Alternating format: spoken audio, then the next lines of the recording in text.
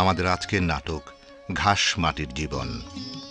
রচনা মাহমুদুল হোসেন, প্রযোজনা জাকিয়া সুলতানা। নাট্যানুষ্ঠান ঘাস মাটির জীবন।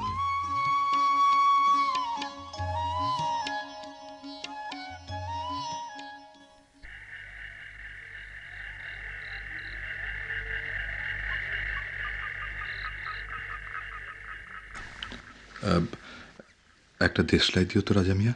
কেডায়, আসাদ ভাই নাকি? হ্যাঁ, হারিকেনটা একটু উস্কে রাখলেই তো পারো। হুকুম নাই। হ্যাঁ, কার হুকুম? চেয়ারম্যানের, শান্তি কমিটির চেয়ারম্যান শব্দর আলী সাহেবের। রাজাকারগুলি খালি টহল দেয়, একটু পর পর আইসা পান সিগারেট খায়।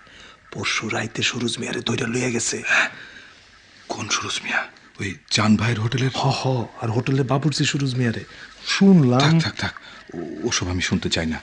তুমি দেশলাইটা একটু ভালো দেখে দিও। কাল কি একটা ভেজা দেশলাই দিলে আমি মোমবাতি জ্বালাতে গিয়ে একেবারে হয়রান। ভাই কি বড় বাজার থেকে আসলেন?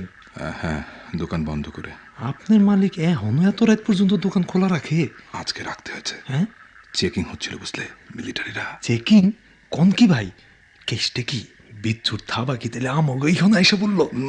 তুমি আমার সাথে এসব নিয়ে কখনো আলাপ করবে না। দাও দেশলাইটা দাও। নেন, ওই করকরা বারুদের জিনিস দিছি, তো আপনার কাছে থাকলে। শুনছেন শুনছেন আসাদ ভাই? আহা, আস্তে আস্তে কথা বলো। এই নাও, তোমার পাশেটা রাখো। ভাই, মুক্তি বাহিনী আমাকে শহরে আইসা পড়ছে। আজ খবরটা শুনতে হইব ভাই। স্বাধীন বাংলা রেডিওতে না এই অপারেশনের খবরটা দিবই দিব। আপনি যান, আমি দোকান বন্ধ করে সাবের বাসায় আইতেছি।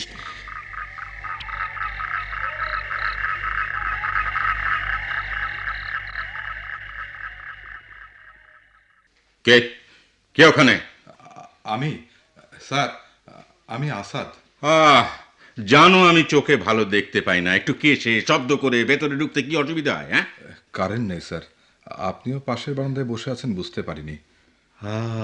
আলো নেই তাই বলো? তাই তো আমি ভাবছি এত অন্ধকার কেন, কিন্তু লিলিটা এখনো আলো জ্বালেনি কেন? Lily, lily! স্যার, স্যার এত জোরে কথা বলবেন না, সময়টা বড্ড খারাপ। বারে, আমি আমার মেয়েকে ডাকছি, তাতে সময় খারাপের কি এলো? মানে পাড়াটা একেবারে শুনশান, দেখছেন না কোনো সারা শব্দ নেই। জোরে আওয়াজ করা মানেই লোকজনের মনোযোগ আকর্ষণ করা। তোমার কথার কোনো মানে বুঝি না। এই তো বললে পাড়া শুনশান, লোকজন নেই, তাহলে আমার আওয়াজ শুনবে কে? আহা, লোকজন নেই কিন্তু ওরা আছে। রাজাকার, শান্তি কমিটি। বাবা, জব্বর কথা বলেছ তো। হ্যাঁ, তোমার কথার কি মানে দাঁড়ালো জানো? ওরা মানে রাজাকাররা মানুষ না। বড় ভালো বলেছো, সত্যি ভালো বলেছো। স্যার, এসব কথা বলা ঠিক না। কোন সব কথা আসাদ ভাই? কে? ও, লিলি। লিলি, লিলি খুব সত্যি একটা কথা বলেছে রে আসাদ। রাজাকাররা মানুষ নয়। আমি আবার কখন? আমি জানি এমন কথা আপনি বলেননি আসাদ ভাই। হ্যাঁ, এই আমি বলছি। বাবা চলো ভেতরে যাব, রাত হয়েছে আর বারান্দায় বসে কাজ নেই। এই দাঁড়া দাঁড়া দাঁড়া, আওয়াজ দুটো শুনলে আসাদ কি ঘটলো বলো তো? মুক্তি বাহিনী। না মানে আসাদ ভাই কোনো আওয়াজ শোনেনি বাবা। কি বলছিস তুই? এত জোরে আওয়াজ হলো, আর আমার কি মনে হচ্ছে জানিস, মুক্তি বাহিনী ঢুকে পড়েছে আমাদের শহরে। আর না ঢুকে কি পারে নাকি? শহর উজাড় করে তরুণেরা গেছে যুদ্ধে। লিলি, তোর মনে নেই?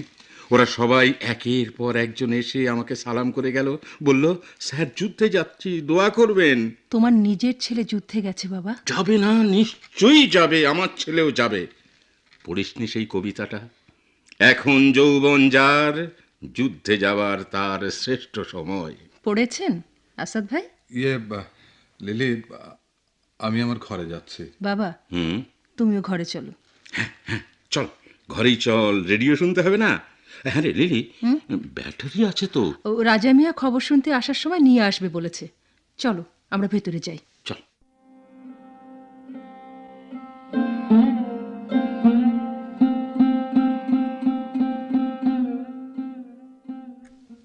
সমস্ত দিনের শেষে শিশিরের শব্দের মতো সন্ধ্যা আসে। ডানার রোদের গন্ধ মুছে ফেলে চিল। পৃথিবীর সব রং নিভে গেলে উফ, আর পারি না আমি, আর পারি না। এত কোলাহল, এত শব্দ, এত মৃত্যু, এত কে কে আমি লিলি, আসবো? এসো। দেখতে এলাম মোমবাতি জ্বালাতে পেরেছেন কিনা। কাল তো আপনি... না, আজ অসুবিধা হয়নি, দেশলাইটা ঠিক ছিল।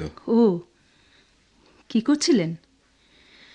ভাবির ছবির সামনে বসে ধ্যান করছিলেন? আচ্ছা লিলি, মৃত স্ত্রীর শোকের আয়ু কি 1 বছরও হতে নেই? আসাদ ভাই, এক একটা সময় আসে যখন ব্যক্তিগত সুখ দুঃখের ব্যাপারগুলো গুটিয়ে রাখতে হয়। আমি আমি আমি কি করব লিলি?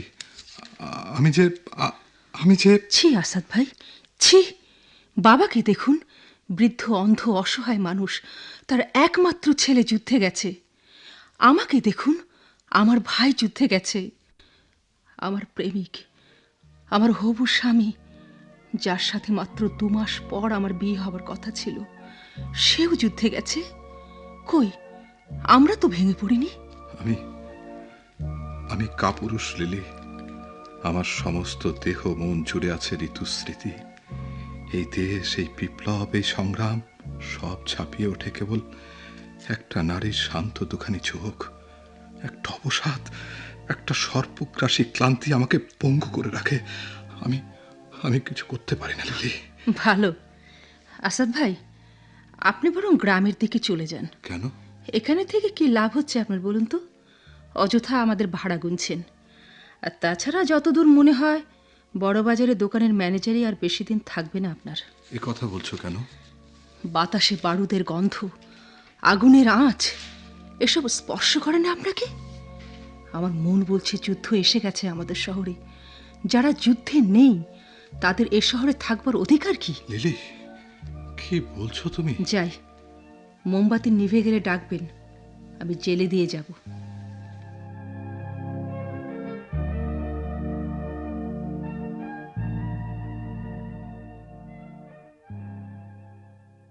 একটা দেশলাই দিও তো রাজা মিয়া। আসাদ ভাই দোকান থেকে আসলেন বুঝি? হ্যাঁ। কি ব্যাপার, 2টো হারিকেন জ্বেলেছো কেন? আরে বিশেষ দরকার আছে। হুকুম আছে না আলো কমিয়ে রাখার? আরে দূর, কিসের হুকুম? কথায় কয় না, গায়ে মানে না, আপনি মরো। আসতে বলো, কেউ শুনবে। আচ্ছা রাজা মিয়া, ফুলেশ্বরীতে তোমার পরিচিত কেউ আছে? ফুলেশ্বরী? ও, ফুলেশ্বরী গ্রামে? না তো, আমার বাড়ি তো জলাকান্দি। কেন কোন তো? না, ভাবছিলাম কাছাকাছি কোনো গ্রামে চলে যাব। চাকরিটা ছেড়ে দিলাম। গ্রামে চলে যাইবেন? চাকরি ছেড়ে দিছেন? ও, বুঝছি। আচ্ছা ভাই, আপনি এত ভয় পান কেন? না, কিছুই তো করছি না, যুদ্ধেও যাইনি। কি হয়েছে? আমিও তো যুদ্ধে যাইনি, কিন্তু এই যে 2টা হারিকেন জ্বালাইয়া বসে রয়েছি, এর একটা উদ্দেশ্য আছে না? উদ্দেশ্য? কি উদ্দেশ্য? আরে আছে আসাদ ভাই, আছে। আজ মাঝরাত পর্যন্ত এইখানে আমার বইসা থাকতে হইব। শুনবেন কেন? না না না, আমার শোনার দরকার নেই। ও, তাহলে থাক। দেন শুনেন, গ্যারামে যাওয়ার ব্যবস্থাটা আমি আপনারে কইরা দিতে পারি, কিন্তু আপনি তো গ্যারামে যেয়ে থাকতে পারবেন না। কেন? মানে আপনি শহরের মানুষ, সারাটা জীবন শহরে রয়েছেন, তার উপরে বর্ষাকালও আইসা গেল। গ্যারামে এখন বড় কষ্ট। আর একখান কথা ভাই। কি কথা? এই যদি যুদ্ধ ছেড়ে পলাইতে চান তাহলে তো দেশ ছাড়তে হইব। গ্রামে যে লাভ নাই তো। এই যুদ্ধ সারা দেশের যুদ্ধ। শহরে, বন্দরে, গ্রামে, গঞ্জে, জঙ্গলে সবখানে যুদ্ধ হইব, তারপরে না দেশ স্বাধীন হইব। আর এই দেশে পলানোর জায়গা নাই ভাই। এই দেশে শান্তিতে ঘুমাইয়া থাকনের জায়গাও নাই। ও আচ্ছা, দেখি, ভেবে দেখি। ভাই, এই যে আপনার দেশ হলো এটা। ও হ্যাঁ, দাও।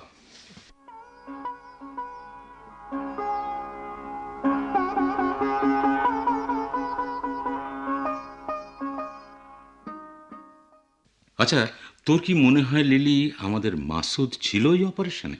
আমার মন কি বলছে জানো বাবা? ভাইয়া এই অপারেশনের কমান্ডার ছিল। হ্যাঁ, গত মাসে ওই যে ছেলেটা ঘি বিক্রি করতে এসেছিল, মনে আছে তোমার? আহা, তার কথা মনে থাকবে না? আরে সেও তো একজন মুক্তিযোদ্ধা। সে কথাই তো বলছি। ও বলছিল ভাইয়া একটা গেরিলা গ্রুপের নেতৃত্ব দিচ্ছে। গুড। ভাবো তো বাবা, কেমন কেমন লাগছে তোমার? তোমার ছেলে গেরিলা হয়েছে, দেশের স্বাধীনতার জন্য যুদ্ধ করছে বাবা। গর্বে আমার বুক ফুলে উঠছে। শুধু শুধু ওর একার জন্য নয় রে, ওদের সাথে আমার মেয়ের জামাইও আছে রে। হয়তো মাসুদ আর তারেক একই সাথে যুদ্ধ করছে। ওর কোনো খবর আমি পাইনি বাবা। পাবি পাবি, সময় মতো সব খবরই পাবি। আরে ওরা তো কেউ বসে নেই, কত বড় যুদ্ধ, সারা দেশ জুড়ে রণাঙ্গন। কে কোথায় যুদ্ধে ব্যস্ত তা ঠিক আছে। তা সত্যি বাবা। জানিস লিলি, কাল রাতে না আমি একটা স্বপ্ন দেখেছি। কি বাবা? দেখলাম যুদ্ধ শেষ, দেশ স্বাধীন, বিজয়ী মাসুদ আর তারেক ঘরে ফিরেছে। সেই দিনই তোর সাথে তারেকের বিয়ে হচ্ছে। সৈনিকের পোশাকেই তারেক বিয়ে করছে। বাবা, কে কে ওখানে? ও ও ও, আসাদ নাকি? জি, এত রাত পর্যন্ত বাইরে বসে আছেন? এই দেখো কথা। রাত কোথায় রে? সবে তো সন্ধে। আসাদ, জি। আজকের খবর শুনেছ তো? না তো, কিসের খবর? আরে যুদ্ধের খবর। পাইকপাড়া সদরে মুক্তিবাহিনী প্রচন্ড আক্রমণ চালিয়েছিল, ভীষণ যুদ্ধ হয়েছে। হ্যাঁ, ওদিকে ওই বদরপুরের ব্রিজ ওরা উড়িয়ে দিয়েছে। তার মানে বুঝতে পারছো, পাইকপাড়ার সাথে জেলা সদরের যোগাযোগ শেষ। ও বাবা, আসাদ ভাইকে এসব কথা বলে দরকার নেই। কেন দরকার নেই কেন? আরে পুরো শহরে এই নিয়ে চাপা উত্তেজনা। জানিস, যে কোনো মুহূর্তে আমাদের এই শহর একটা অপারেশনের মুখোমুখি হবে। হ্যাঁ, আমাদের বাসের সাহেব, ওই যে মুন্সেফ কোর্টের পাগলা উকিল, উনি তো বাড়ি বাড়ি মিষ্টি বিলি করছেন। জি, মিষ্টি। যুদ্ধের উৎসব আসাদ ভাই, শুধু সাহসী মানুষের জন্য। মেঘ ডাকছে রে, বর্ষা নেমে গেল। হ্যাঁ লিলি, স্বাধীন বাংলা বেতার কেন্দ্র সরাসরি বলেছে বর্ষায় মুক্তি বাহিনীর আক্রমণ প্রচন্ড জোরদার হবে। ঘরে চলো বাবা, ঠান্ডা বাতাস শুরু হয়েছে, এখনই বৃষ্টি নামবে। চলো।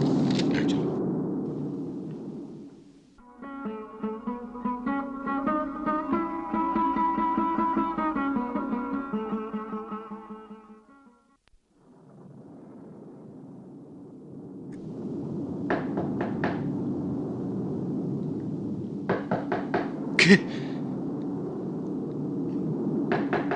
কে টোকা দিচ্ছে দরজায়? কটা বাজে? হ্যাঁ, রাত দুটো। কে কে টোকা দিচ্ছ দরজায়? আমরা। দরজা খুলুন তাড়াতাড়ি। আপনারা কারা? দরজা খুলুন, আমাদের ভেতরে আসতে দিন। আপনার পরিচয় দিন। এত রাতে এই দুর্যোগের ভেতর কোত্থেকে আসছেন? দরজা খুলুন, নয়তো দরজা ভেঙে ফেলবো আমি। না না না, দরজা ভাঙবেন না। কি ব্যাপার? কি হয়েছে? ও, তুমি? কে যেন দরজায় টোকা দিচ্ছে, ভেতরে আসতে চাইছে। কে কে টোকা দিচ্ছে? দরজা খুলুন, আমাদের সাথে একজন অসুস্থ মহিলা আছেন। সরুন, দরজা খুলতে দিন। দরজা খুলবে? হ্যাঁ, আপনি সরে যান। কি? সব বলছি, আগে একে একটু শুইয়ে দিন, ভয়ানক অসুস্থ।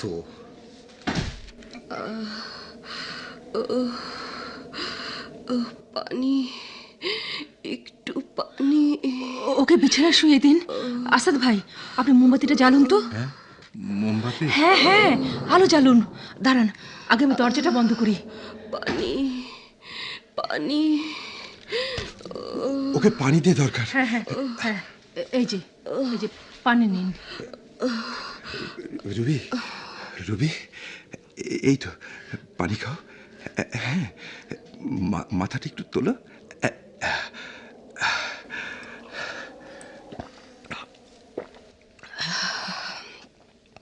কোথায় কোথায় এসেছি আমরা? কি শীত! মা গো!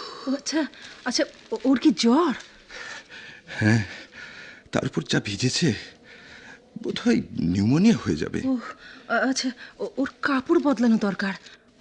আমার ঘরে নিয়ে যেতে হবে ওকে। আপনারা একটু ধরবেন? তার আগে আমাদের পরিচয়টা। হবে হবে, পরে হবে। আমার ঘরে নিয়ে গিয়ে ওর কাপড়টা পাল্টে নিই। নিন, একটু ধরুন ওকে। আসাদ ভাই, কি হলো? আলোটা জ্বালুন। আলো জেলে এদের দুজনকে শুকনো কাপড় দিন। আমি আসছি।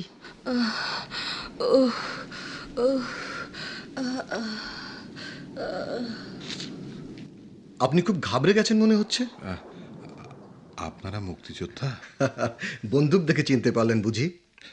আপনি এখন রসিকতা করছেন স্বপন সাহেব? সরি সরি এসডিও সাহেব। উনি আপনি এসডিও? হ্যাঁ, মধ্যরাতে দুঃস্বপ্ন কি বলেন? প্রকৃতিতে দুর্যোগের ঘন ঘটা, এমনি সময় কাঁধে রাইফেল ঝুলিয়ে এক খ্যাপাটে মুক্তিযোদ্ধা, এক তরুণ আমলা আর তার অসুস্থ স্ত্রী দরজায় সমাগত। ভদ্রলোক আমাদের যথাযথ পরিচয়টা দাবি করতে পারেন স্বপন সাহেব? হ্যাঁ, নিশ্চয়ই নিশ্চয়ই। আসাদ সাহেব, আপনার নাম ধরেই বলছি, আশা করে কিছু মনে করবেন না। আমার নাম স্বপন, মুক্তিযোদ্ধা। গেরিলা ইউনিটের সাথে পাড়ায় ঢুকেছিলাম। কাল রাতের অপারেশনটা আমরাই করেছি। আমাদের মূল্য দিতে হয়েছে প্রচুর। পুরো ইউনিটের মধ্যে শুধু আমি একাই বেঁচে গেছি। অত্যন্ত হঠকারী একটা সিদ্ধান্ত ছিল এই অপারেশনটা, আমি আগেই বলেছিলাম। যুদ্ধের স্ট্র্যাটেজি নিয়ে এখন আলোচনা করছি না আমরা আলম সাহেব। যা বলছিলাম, ইনি হচ্ছেন পাইকপাড়ার এসডিও শফিকুল আলম। প্রথম থেকে আমাদের সাথে সহযোগিতা করে আসছেন, তবে বড্ড বেশি বিচক্ষণ। গেরিলা যুদ্ধের মাপে একটু বেশি রকম এই অরোমান্টিক। হ্যাঁ, আজ সারাদিন ওর বাড়িতে ঘাপটি মেরেছিলাম। সন্ধ্যা থেকে কারফিউ, বাড়ি বাড়ি তল্লাশি হবে, অতএব বেরিয়ে পড়তে হলো। এসডিও সাহেবও না এসে উপায় ছিল না। হ্যাঁ, আমার ইনভলভমেন্টের কথা জানাজানি হয়ে গেছে, তার জন্য অবশ্য পরোয়া করি না। কিন্তু রুবি, আমার স্ত্রী। হ্যাঁ, অত্যন্ত অসুস্থ। প্রায় 5 মাইল হাঁটতে হয়েছে আমাদের, আমবাগান আর আখ ক্ষেতের ভেতর দিয়ে। এই অসুস্থ শরীরে উনি? ওকে পালা করে বয়ে এনেছি আমরা, কিন্তু বৃষ্টিটাই ডোবালো। অথচ এই বৃষ্টির জন্য কি অধীর আগ্রহে অপেক্ষা করেছি আমরা।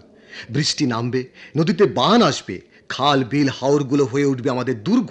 সেই দুর্গ থেকে আমরা দিশেহারা শত্রু বাহিনীর উপর চালাবো সাঁড়াশি আক্রমণ। আমার বন্ধু মন্টু ভারী মজার ছেলে। ও কি বলে জানেন? ও বলে, বলে না, বলতো। ও হ্যাঁ, মন্টু এখন ইতিহাস। বকুল, সুব্রত, আশরাফ, সবাই, ওরা সবাই এখন ইতিহাস। ইতিহাস মানে যুদ্ধে? হ্যাঁ, পাইকপাড়া অপারেশনের শহীদ মুক্তিযোদ্ধা ওরা। ভুল সিদ্ধান্ত ছিল ওই অপারেশনটা। শত্রুদের স্ট্রেংথ সম্পর্কে সঠিক ধারণা না নিয়ে। ওদের ক্ষতির পরিমাণ আমাদের চেয়ে অনেক বেশি। ওদের একজন মেজরকে হত্যা করেছি আমরা, শহরের ইনফ্রাস্ট্রাকচার ভেঙে দিয়েছি আমরা। সবচেয়ে বড় কথা, প্রায় হতাশায় নিমজ্জিত পুরো এলাকার জনগণ দারুণ উৎসাহে চাঙ্গা হয়ে উঠেছে। এই তো আমাদের লক্ষ্য, তাই না? সঠিক সময়ে আঘাত করা গেলে আরো কম ক্ষতি স্বীকার করে লক্ষ্য অর্জন করা যেত। হয়তো। এ কি, আপনি আপনি এভাবে কাঁপছেন কেন? দেখি দেখি দেখি, বসিয়ে দিন বসিয়ে দিন। এই তো এই তো এই চেয়ারটা বসিয়ে দিন। অসুস্থ বোধ করছেন নাকি আসাদ সাহেব? আমি আমি না, মানে কি ব্যাপার, এখনো আলো জ্বালা হয়নি এ ঘরে? দাঁড়ান, আমি জেলে দিচ্ছি। এ কি, আপনারা এখনো ভেজা কাপড়ে রয়েছেন? আপনি ব্যস্ত হবেন না, আমরা ঠিক আছি। ও মানে রুবি কেমন আছে? ভালো না, ডাক্তার এবং ওষুধ দুটোই দরকার। দুটোর কোনোটি এখন পাওয়া সম্ভব না। গভীর রাত, তারপরে দুর্যোগ। ডাক্তার এবং ওষুধ দুটোই পাওয়া যাবে। আসাদ ভাই, একবার মুন্সি চাচার ওখানে আপনি জানতো। আমাকে বলছো? কি আশ্চর্য! তবে আর কাকে বলবো? মুন্সি চাচাকে বলবেন নিউমোনিয়ার রোগী, ওষুধ যেন সাথে করে আনেন। লিলি, তুমি কি পাগল হলে? মুন্সি সাহেবের বাড়ি যাওয়া কিভাবে সম্ভব এ সময় এত রাতে কাউকে রাস্তায় দেখলে? তার মানে আপনি যাবেন না? আপনি মিচিমিচি ওর উপর রাগ করছেন। সত্যি তো। ডাক্তার ডাক্তার আমি অন্য লোক পাঠাচ্ছি। এক সেকেন্ড, আপনার নামটা? শুধু লিলি বলেই ডাকবেন। ধন্যবাদ। আমার নাম স্বপন। লিলি, আপনি নিশ্চয়ই বুঝতে পেরেছেন আমরা কারা? না, পারিনি। তাহলে যিনি ডাক্তার ডাকতে যাবেন আর যে ডাক্তারকে ডাকা হবে, তাদের বিশ্বস্ত হওয়াটা যে কতখানি দরকার তাও নিশ্চয়ই। ডাক্তার ডাক্তার যাবে রাজা মিয়া, পানের দোকান করে এ পাড়ায়। মুক্তিবাহিনীতেও যায়নি, কারণ একটি পাতা নেই, কিন্তু মুক্তিবাহিনীর হয়ে কাজ করে সে। চমৎকার। আর যে ডাক্তারকে ডাকা হচ্ছে তার নিজের ছেলে যুদ্ধে গেছে। আমার আর কিছু জানার নেই। আছে, আরও জেনে রাখুন, এ বাড়ির পুরুষরা এই লোকটির মতো ভীরু কাপুরুষ নয়। আমার বৃদ্ধ অন্ধ পিতা তার একমাত্র পুত্রকে প্রাণ ভরে আশীর্বাদ করে যুদ্ধে পাঠিয়েছেন। এই ভদ্রলোক এ বাড়ির উনি কেউ নন, নিহাতি একজন ভাড়াটে। মৃত স্ত্রীর শোকে বালিশে মুখ গুজে কাঁদাই যার একমাত্র নেশা। ছি ছি লিলি, এভাবে বলাটা অন্যায়, অত্যন্ত অন্যায়। আপনারা ও ঘরে আসুন। আমার বাবা আপনাদের সাথে পরিচিত হবার জন্য অধীরভাবে অপেক্ষা করছেন। চলুন। আপনিও আসুন আসাদ সাহেব। আমি না, আমি কেন, আপনারা যান।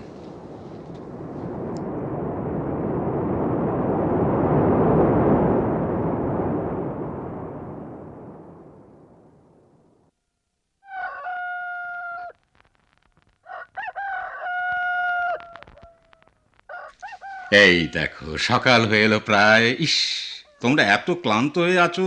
ছি ছি ছি, এভাবে কথায় কথায় তোমাদের আটকে রাখা আমার একেবারেই উচিত হয়নি। আপনি খামোক্ষা বিচলিত হচ্ছেন। রাতে ঘুম হয়নি তাতে কি, দিনে পুষিয়ে নেওয়া যাবে। সে কি, তুমি দিনে ঘুমোবে? এখন শহরে নতুন মুখ দেখানো যাবে না, সন্দেহ দেখা দেবে, অনেক প্রশ্ন উঠবে। আর আলম সাহেব পাশের মহকুমার এসডিও, ওকে যে কেউ চিনে ফেলতে পারে। সত্যি তো, এখন কি করা যায় বলো তো? কি বিপদ মাথায় করে যে তোমরা। ভালো করে ভেবে দেখুন, বিপদটা আপনাদেরও কম নয়। মুক্তিযোদ্ধাদের আশ্রয়দাতা বলে একবার চিহ্নিত হয়ে গেলে। ভয় দেখাচ্ছ না? না না, সে ভয় আমার বা আমার লিলির নেই। তাছাড়া তুমি তো বললে একটু আগে, গ্রামে গঞ্জে হাজার হাজার পরিবার হাসি মুখে এই বিপদ বরণ করে নিচ্ছে। জি হ্যাঁ, কোনো গ্রামে মুক্তিযোদ্ধারা পৌঁছলে যেন উৎসব শুরু হয়ে যায়। সে কি উত্তেজনা, সে কি আনন্দ। তাই তো হওয়া উচিত। স্বপন, স্বপন, তোমরা যে মুক্তির দূত, স্বপ্নের বাহন, আমি কিন্তু স্পষ্ট অনুভব করতে পারছি সেদিন খুব বেশি দূরে নয়। দিন অবশ্যই আসবে যখন তোমাদের নিয়ে গর্ব ভরে এদেশের কিংবদন্তি রচিত হবে বাংলার স্বাধীনতার সার্থক ইতিহাস। বাবা, তুমি ওকে এখনো আটকে রেখেছো? না না না, আর না, এবার ওকে একটু ঘুমিয়ে নিতে দাও। আর তুমিও শুয়ে পড়ো বাবা, রাত জেগে তোমারও শরীর খারাপ করবে শেষে। সত্যি আপনার এভাবে রাত জায়গাটা বড্ড অন্যায় হয়েছে। আহা, তোমরা অকারণে একটুতেই ব্যস্ত হয়ে পড়ো। আমার কোনো অসুবিধা হচ্ছে না, আমি এখন খুব ভালো আছি। আরে লিলি, ওই মেয়েটি, ও এখন কেমন আছে? কে, রুবি আপা? হ্যাঁ। এখন অনেকটা ভালো। মুন্সি চাচা ওষুধ দিয়ে গেছেন, বলেছেন ভয়ের কিচ্ছু নেই। আলম সাহেব কোথায়? ওকে জোর করে আসাদ ভাইয়ের ঘরে শুতে পাঠিয়েছি। আচ্ছা, কিছু মনে করবেন না, আসাদ সাহেব ভদ্রলোক বিশ্বস্ত তো। কি বলছো তুমি? সেই এতটুকু বয়স থেকে ওর বাবা আর ও আছে আমাদের এখানে। বেচারা ছোট্ট থাকতেই ওর মাকে হারিয়েছে, বছর 5 আগে ওর বাবাকে হারালো। কি পোড়া কপাল দেখো, গত বছর দেখে শুনে ওর বিয়ে দিয়ে ঘরে লক্ষ্মী বউ আনলাম, কিন্তু সেও টিকলো না কপালে। 3 দিনের জ্বরে মারা গেল মেয়েটা। আসাদ আমার ছেলের মতো একেবারে। আর তাছাড়া কারো ক্ষতি করবার মতো সাহসও ওর নেই। আপনি ওর উপর খুব চটে আছেন মনে হয়। তাও সে। আর কথা নয়, প্লিজ আসুন, একটু বিশ্রাম নেবেন। হ্যাঁ হ্যাঁ, যাও যাও যাও, তোমরা যাও, একটু ঘুমিয়ে চাঙ্গা হয়ে নাও, তারপর শুনবো তোমাদের রোমাঞ্চকর সব অ্যাকশনের কথা।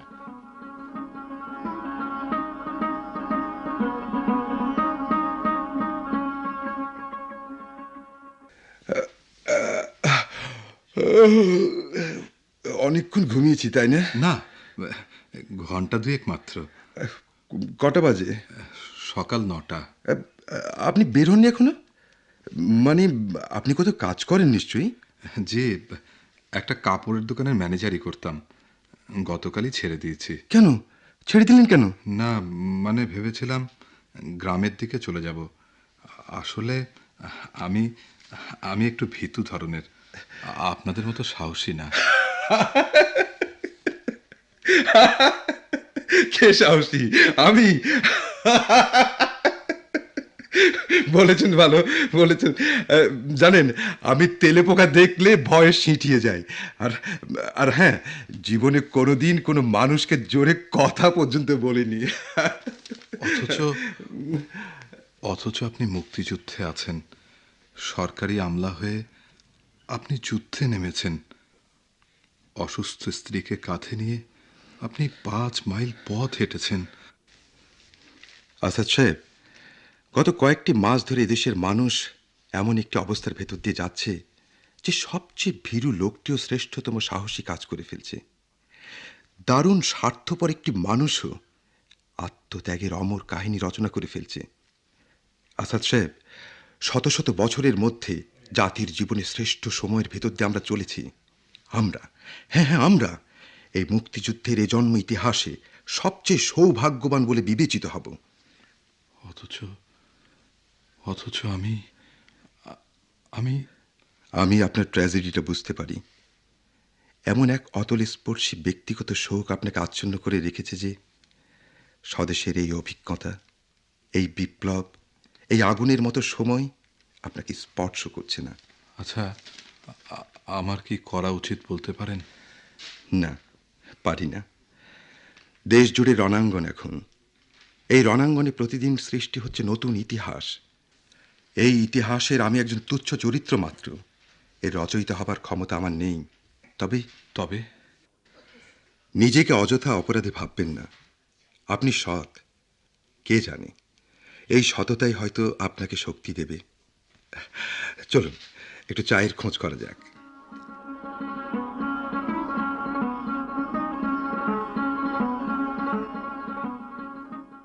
রাইফেল পরিষ্কার করছেন? অ্যাকশনে যাবেন মনে হচ্ছে। আমি সৈনিক, নিজের অস্ত্র তৈরি রাখাটা আমার কর্তব্যের ভেতর পড়ে। নিশ্চয়ই।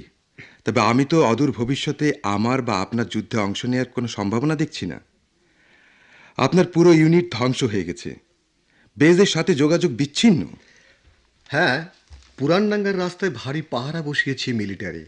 দুপাশের গ্রামগুলোও নিরাপদ নয়। এ পথে পুরানডাঙ্গায় পৌঁছানো সম্ভব নয়। তাহলে বিকল্প পথ বের করতে হবে, সেই চেষ্টা করছি। কিভাবে?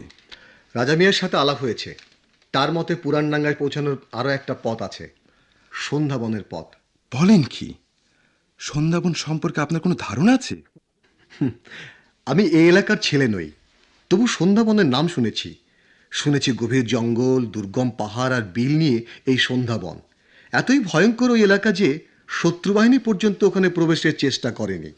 এই শহর থেকে সন্ধ্যাবন ঘুরে পুরানডাঙ্গায় যাওয়া সম্ভব, তবে সন্ধ্যাবনে কাটাতে হবে 2 দিন 1 রাত।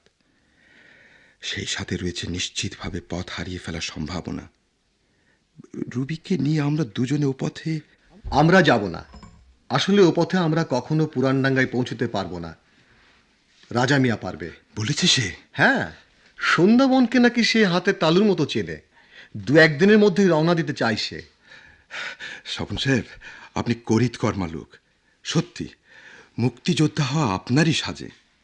তবে তাই হোক, রাজা মিয়া পুরানডাঙ্গায় যেয়ে আপনার বেজের সাথে যোগাযোগ করুক, আর আমরা অপেক্ষা করি একটা প্রচণ্ড আঘাতের। একটা কথা। বলুন। না, মানে মানে বলছিলাম কি, এসব যুদ্ধ সংক্রান্ত ব্যাপার রবির সাথে আলোচনা না করলেই ভালো হয়। ওই এমনিতেই এত দুর্বল হয়ে পড়েছে, তার উপর। স্বপন সাহেব, রুবি আমার স্ত্রী, ওর জন্য আমার উদ্বেগ নেই এমন ভাবছেন কেন? সরি, আমি ঠিক সেভাবে। রুবির জন্য আপনার উদ্বেগটা আমি বুঝতে পারি।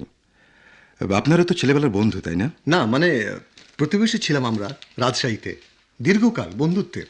স্বপন সাহেব, আপনার মতো একজন সাহসী মানুষ আমার স্ত্রীর বন্ধু, এ অত্যন্ত আনন্দের ব্যাপার আমার জন্য।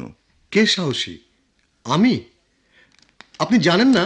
স্বপন সাহেব, পুরনো দিনের কথা থাক এখন। এদেশের লাখো কোটি মানুষ জীবন বাজি রেখে নতুন দিনের সাধনায় মেতেছে। সেই সাধনায় আমরাও শরিক হয়েছি। আপাতত এই আমাদের পরিচয়। আর অনাগত আগামী দিনে আমরা হব খাঁটি মানুষ, যুদ্ধের আগুনে পোড়া খাঁটি মানুষ। চলুন বারেক সাহেবের ঘরে যাই, রেডিও শোনার সময় হলো। চলুন।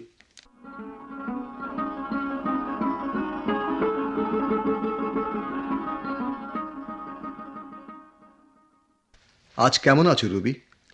ভালো। এখন তো আমি প্রায় সুস্থ। সুস্থ হলেই ভালো। যা ভয় পাইয়ে দিয়েছিলে। তোমাদের কাজে কত ঝামেলা সৃষ্টি করলাম আমি, তাই না? কি যে বলো তুমি! তোমার বাড়িতে আশ্রয় না পেলে পাইক পাড়ার অপারেশনটা কখনো করতে পারতাম আমরা? সেদিন তোমাকে আমার স্বামীর সাথে দেখে কিরকম চমকে গিয়েছিলাম জানো? ভেবেছিলে অতীতের ভূত? ছি, ভয় পেয়েছিলে না তো আমাকে দেখে? ভয়? ভালো করে স্মরণ করে দেখো তো, আরো অনেক দিন আগে কে সত্যিকার ভীরুতার পরিচয় দিয়েছিল, কে একটা পবিত্র বিশ্বাসকে গলা টিপে হত্যা করেছিল। রুবি, রুবি, এখন ওসব নিয়ে আলোচনা করবার সময় নয়। তাছাড়া তোমার স্বামী পাইকপাড়ার দুদিনেই ও সব কিছু বুঝে নিয়েছে। সে কি? মুক্তিযোদ্ধাদেরও আগে থেকেই ছোটখাটো সাহায্য করে আসছিল, কিন্তু তোমাদের সাথে এভাবে জড়িয়ে পড়লো কেন বুঝতে পারোনি? না, কেন? আমার স্বামী আমার কাছে আমার প্রাক্তন প্রেমিকের চেয়ে ছোট হতে চায় না। রুবি, স্বপন, কই তুমি তো জানতে চাইলে না বিয়ে করে আমি সুখী হয়েছি কিনা? না, আমার আমার জানার দরকার নেই। দরকার নেই না উত্তরটা শুনতে ভয় পাও? ভয়? কিসের ভয়? যদি ভুল উত্তরটা শুনতে হয়। আসলে কেউ হাঁটতে চাও না তোমরা। তোমার এসব কথার কোনো অর্থই হয় না। যাচ্ছি আমি। যাও, কিন্তু আমার একটা প্রার্থনার কথা শুনে যাও। কি প্রার্থনা? এই যুদ্ধে আমার যেন মৃত্যু হয়। কি বলছো তুমি? রুবি, রুবি, তুমি তুমি যাও স্বপন, তুমি যাও, তুমি যাও।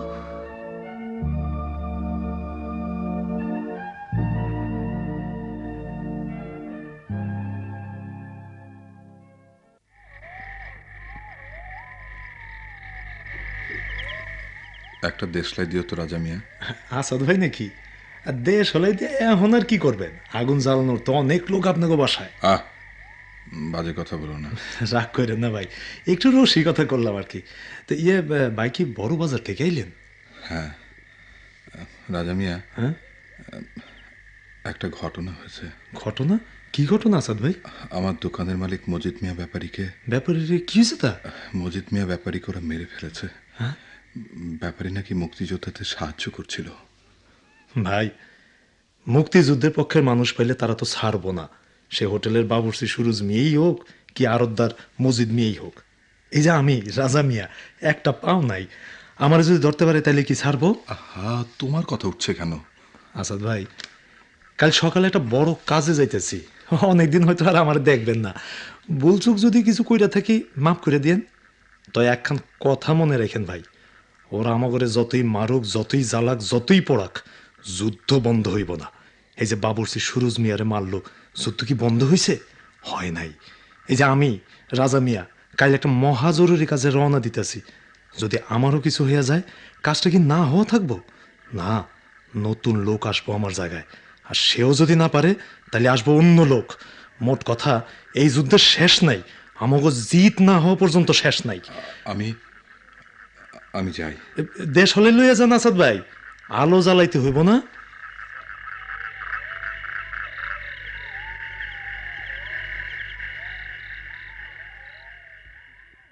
কি করছেন আসাদ ভাই? হ্যাঁ। বিরহের কবিতা পড়ছেন? না ও, তাহলে নিজেই লিখছেন বুঝি? না লিলি, আমার দোকানের মালিক মজিদ মিয়া ব্যাপারীকে। জানি, শুনেছি। মুন্সি চাচা বিকেলে এসেছিলেন, বললেন ওর চোখ দুটো উপড়ে ফেলেছে ওরা। কি ভয়ঙ্কর! লিলি, কি হচ্ছে কি চারদিকে? ঘুম ভাঙছে আপনার?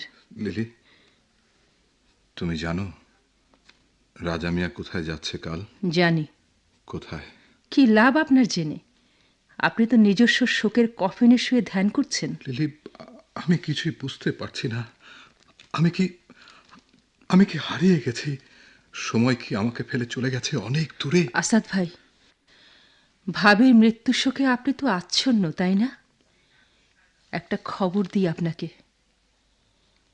আমার হবু স্বামী তারেক যুদ্ধে মারা গেছে। না না না না না, তারেক তারেক মারা গেছে? আমার বন্ধু জেলা কলেজের বাংলার অধ্যাপক, নাটক পাগল তারেক, সে আর নেই। কে কে কে বললো তোমাকে?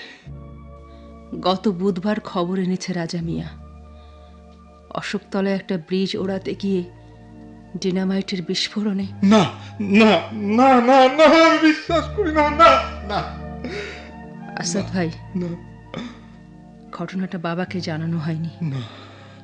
আশা করি আপনিও জানাবেন না। ব্যক্তিগত সুখ দুঃখ নিয়ে মেতে উঠবার সময় এটা নয়। লিলি, রাজা মিয়া কোথায় যাচ্ছে? আপনি জানতে চান? হ্যাঁ, আমি জানতে চাই। সন্ধ্যাবনের পথ ঘুরে মুক্তিবাহিনীর বেস ক্যাম্পে এসডিও আলম সাহেবের কাছে গুরুত্বপূর্ণ কিছু তথ্য আছে, সেগুলো বেস ক্যাম্পে পৌঁছানো দরকার। তারপর সম্ভবত মুক্তিবাহিনী প্রবলভাবে আমাদের এই শহর আক্রমণ করতে পারবে। সন্ধ্যাবনের পথ? সন্ধ্যাবন? কোথাও আলাপ করবেন না এসব। স্বাধীন বাংলা বেতার কেন্দ্রে খবর হবে এখন, শুনবেন তো? আসুন। আমাকে বলছো? হ্যাঁ হ্যাঁ, আসছি, এক্ষুনি আসছি।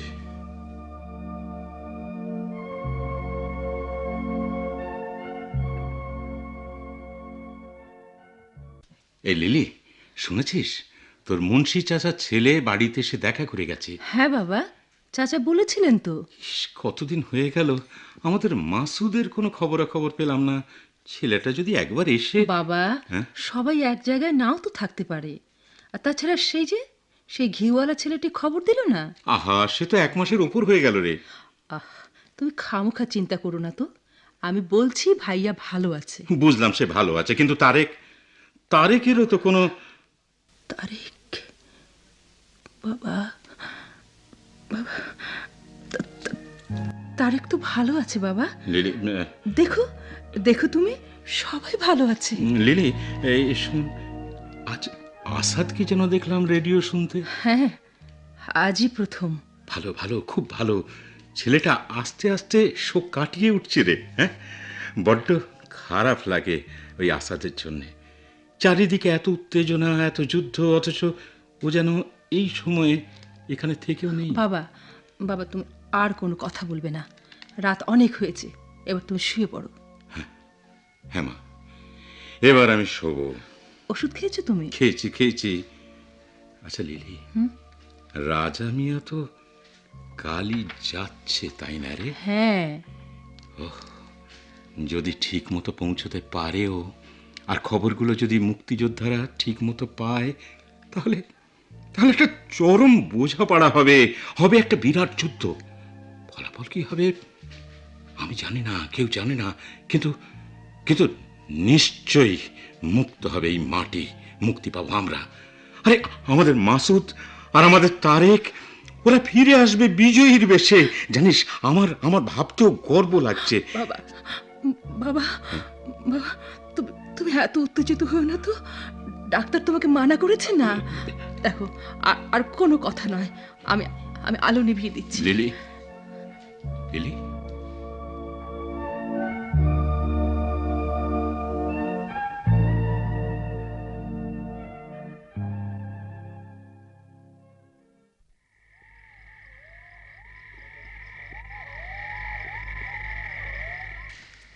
রাত কত হলো? অনেক, প্রায় 2টো। নাও, ঘুমিয়ে পড়ো। আমার ঘুম আসছে না। ট্যাবলেট দেবো ঘুমের? না। আচ্ছা, একটা কথার জবাব দেবে? কি কথা? আমি যদি মরে যাই, তুমি কি খুব দুঃখ পাবে? হঠাৎ এরকম একটা কথা তোমার মনে এলো কেন? বাহ, মরে যেতে পারি না? এখন যুদ্ধের সময়। শুধু তুমি কেন, তুমি, আমি, সবাই হঠাৎ মরে যেতে পারি। ও নিয়ে ভেবে কি হবে? কিন্তু আমার যে মৃত্যু ছাড়া আর কোনো পথ নেই। রবি, কি বলছো তুমি? ছি, এভাবে কাঁদতে নেই। আমি যে রুবি, আমার কথা শোনো। এখন তো যুদ্ধের সময়, আমরা সবাই যোদ্ধা। এখন কি এসব নিয়ে ভাববার সময়? যুদ্ধ শেষ হোক, তখন না হয়। তখন কি হবে? স্বপন সাহেবকে যা বলেছিলাম, তোমাকেও তাই বলি। যুদ্ধের আগুনে পুড়ে আমরা সবাই হব খাঁটি মানুষ। সে মানুষ কি কোনো অন্যায় করতে পারে? কিন্তু কি ন্যায় আর কি অন্যায় তা কেমন করে স্থির করব আমরা? রুবি, সে সময়কে এখনই বুঝতে চেয়েও না। সাহসে বুক বাঁধো, আর যেন সবাই এক, আমরা অমৃতের সাধু নাই।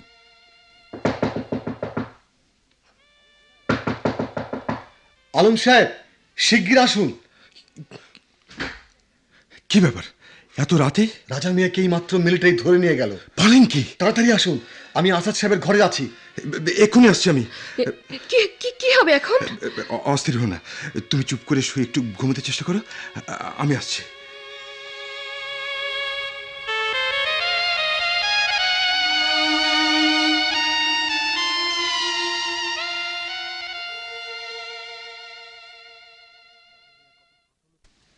রাজা মিয়ার কথা ফাঁস হলো কিভাবে? ও কথা ভেবে এখন আর লাভ নেই।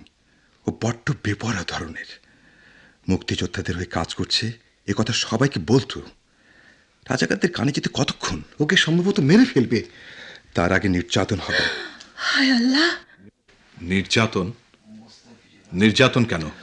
রাজা মিয়া প্রচুর তথ্য জানে মুক্তিযোদ্ধাদের, সেগুলো বের করে নিতে হবে না? রাজা মিয়া কখনো বিশ্বাসঘাতকতা করবে না। বিশ্বাসঘাতকতার প্রশ্ন উঠছে না। প্রতিটা মানুষকে নির্যাতন করে এমন একটা অবস্থায় নিয়ে যাওয়া যায় যে অবস্থায় তার কাছ থেকে আপনি যে কোনো তথ্য জেনে নিতে পারেন। আপনি এমন ভাবে কথা বলছেন যেন ব্যাপারটা কিছুই না। মাথাটা ঠান্ডা রাখুন স্বপন সাহেব। আমরা যোদ্ধা, অভিনেতা নই। নিজেদের অবস্থাটা বিবেচনা করুন। নিজেদের অবস্থা? হ্যাঁ, রাজা মিয়ার কাছ থেকে ওরা আজকালের ভেতর আমাদের সমস্ত খবর বের করে নেবে। আমার আপনার উপস্থিতি, সন্ধ্যাবন হয়ে ওর অ্যাসাইনমেন্ট, আপনার বাহিনীর বেস ক্যাম্প, এই সব খবর জেনে যাবে ওরা। ইয়া আল্লাহ! আমাদের করণীয় দুটো। প্রথমত, দ্রুত সময়ের মধ্যে এখান থেকে সরে পড়া। আপনাদের মানে লিলি, আপনার বাবা, আসাদ সাহেব, সবাইকে যেতে হচ্ছে আমাদের সাথে, কারণ আপনাদেরকে পেলেও। বুঝতে পেরেছি। আমাদের দ্বিতীয় কাজ, যেভাবে হোক শত্রু বাহিনীর আগে পুরানডাঙ্গে বেস ক্যাম্পে পৌঁছানো। তা না হলে চূড়ান্ত ক্ষতি হয়ে যাবে। শত্রু বাহিনীর অতর্কিত আক্রমণে নিশ্চিহ্ন হয়ে যাবে। কিন্তু কিন্তু কিভাবে কিভাবে পৌঁছবো আমরা? ধরে নিচ্ছি কাল সকালের আগে জেরা শুরু করবে না ওরা। রাজা মিয়া যদি একটি দিন টিকে যেতে পারে, আর আমরা যদি আজ রাতেই রওনা হতে পারি। কিন্তু কিন্তু কিভাবে যাব আমরা? সন্ধ্যাবনের পথে আমরা যারা কিছুই চিনি না, কোনোদিন যাইনি ও পথে, আমরা আমরা কিভাবে গন্তব্যে পৌঁছবো? তবু চেষ্টা করতে হবে। এ তো প্রায় আত্মহত্যার সামিল, বিশেষ করে রুবি, এরা থাকছেন সাথে। আমাদের জন্য ভাববেন না, আমরা আপনাদের বোঝা হব না। বাবা আর আমি হাত ধরাধরি করে কোথাও চলে যেতে পারবো। আমাদের অতটা অবিবেচক ভাবছেন কেন? কিন্তু মুশকিল হলো। একটা কথা বলবো। বলুন, তবে তাড়াতাড়ি বলবেন, সময় নিয়ে একেবারে বুঝতেই পারছেন। আমি হয়তো পথ দেখাতে পারি আপনাদের। আপনি সন্ধ্যাবনে? আপনার কোনো ধারণা আছে জায়গাটা সম্পর্কে? আছে, অবশ্যই আছে। সন্ধ্যাবনকে রাজা মিয়া যদি বাঁ হাতের তালুর মতো চেনে, আমি চিনি ডান হাতের তালুর মতো। আমার ছেলেবেলার অসংখ্য দুপুর, অসংখ্য বিকেল কেটেছে ওই সন্ধ্যাবনে। মানুষের চেয়ে প্রকৃতি বরাবরই আমার প্রিয়। এ তো দারুণ খবর, বলেন কি? হ্যাঁ, 2 দিন না, এক্ষুনি রওনা হলে কাল দুপুরের ভেতর পৌঁছে যাব আমরা পুরনো ডাঙায়। আর হ্যাঁ, আমাদের বোঝা যতদূর সম্ভব হালকা রাখতে হবে, কারণ স্যারকে আর ওদের দুজনকে অনেক সময় হয়তো কাঁধে তুলে নিতে হবে আমাদের। পথ কি এতই দুর্গম? পথ যত দুর্গমই হোক, পৌঁছে দেব আপনাদেরকে, কথা দিচ্ছি। সাব্বাস, সাব্বাস ভাই। লিলি, তবে আর দেরি করবেন না, আমি রুবিকে তৈরি করে নিচ্ছি। আপনি দ্রুত রেডি হয়ে নিন, আমি আসছি তাহলে। আমি আমি স্যারকে সব খুলে বলেছি। স্যারের বড় দুঃখ ছিল, ছেলেরা কেমন করে যুদ্ধ করছে দেখতে পেলেন না। এবার সে সুযোগ এসে গেছে, আমিও যাব।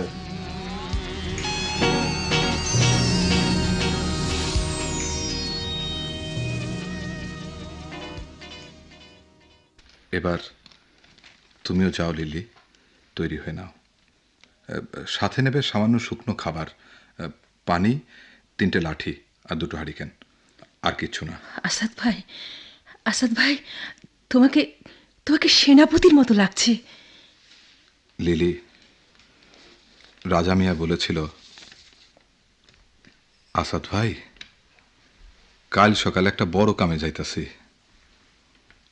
অনেকদিন হয়তো আর আমারে দেখবেন না। ভুল চুক যা করছি মাফ করে দিয়েন। আর একখান কথা মনে রাখেন, ওরাম করে যতই মারুক, যতই জ্বালাক, যতই পোড়াক, এই যুদ্ধ বন্ধ হইব না। এই যে বাবুর্চি সুরজ মিয়ারে মারল, যুদ্ধ কি বন্ধ হয়েছে? না, হয় নাই। এই যে আমি রাজা মিয়া কাইল এক মহা জরুরি কামে রওনা দিতেছি, যদি আমার কিছু হইয়া যায়, কাজটা কি না হওয়া থাকব? না, নতুন লোক আইব আমার জায়গায়। সেও যদি না পারে, তাইলে আইব অন্য লোক। মোট কথা, এই যুদ্ধের শেষ নাই। আমাকে জিত না হওয়া পর্যন্ত এই যুদ্ধের শেষ নাই। আসাদ ভাই, তুমি আমাকে ক্ষমা করো। আমার ঘোর কেটে গেছে লিলি। এখন প্রিয় মাতৃভূমিতে স্বাধীনতা যুদ্ধের সময়। সব শোক, সব আনন্দ, সব দুর্ঘটনা ছাপিয়ে প্রবল হয়ে উঠেছে এই যুদ্ধের ডাক। এই ডাকে সাড়া না দিয়ে আমরা কি সাড়া না দিয়ে পারি? আসাদ ভাই, না না, আর দেরি নয় লিলি। চলো চলো, আমরা বেরিয়ে পড়ি। রাত থাকতেই তবে রওনা দেব আমরা? হ্যাঁ, অন্ধকারের পথে আমাদের যাত্রা হবে শুরু, আলোর সন্ধানে। না, ভয় পেও না, জয় জয় আমাদের সুনিশ্চিত।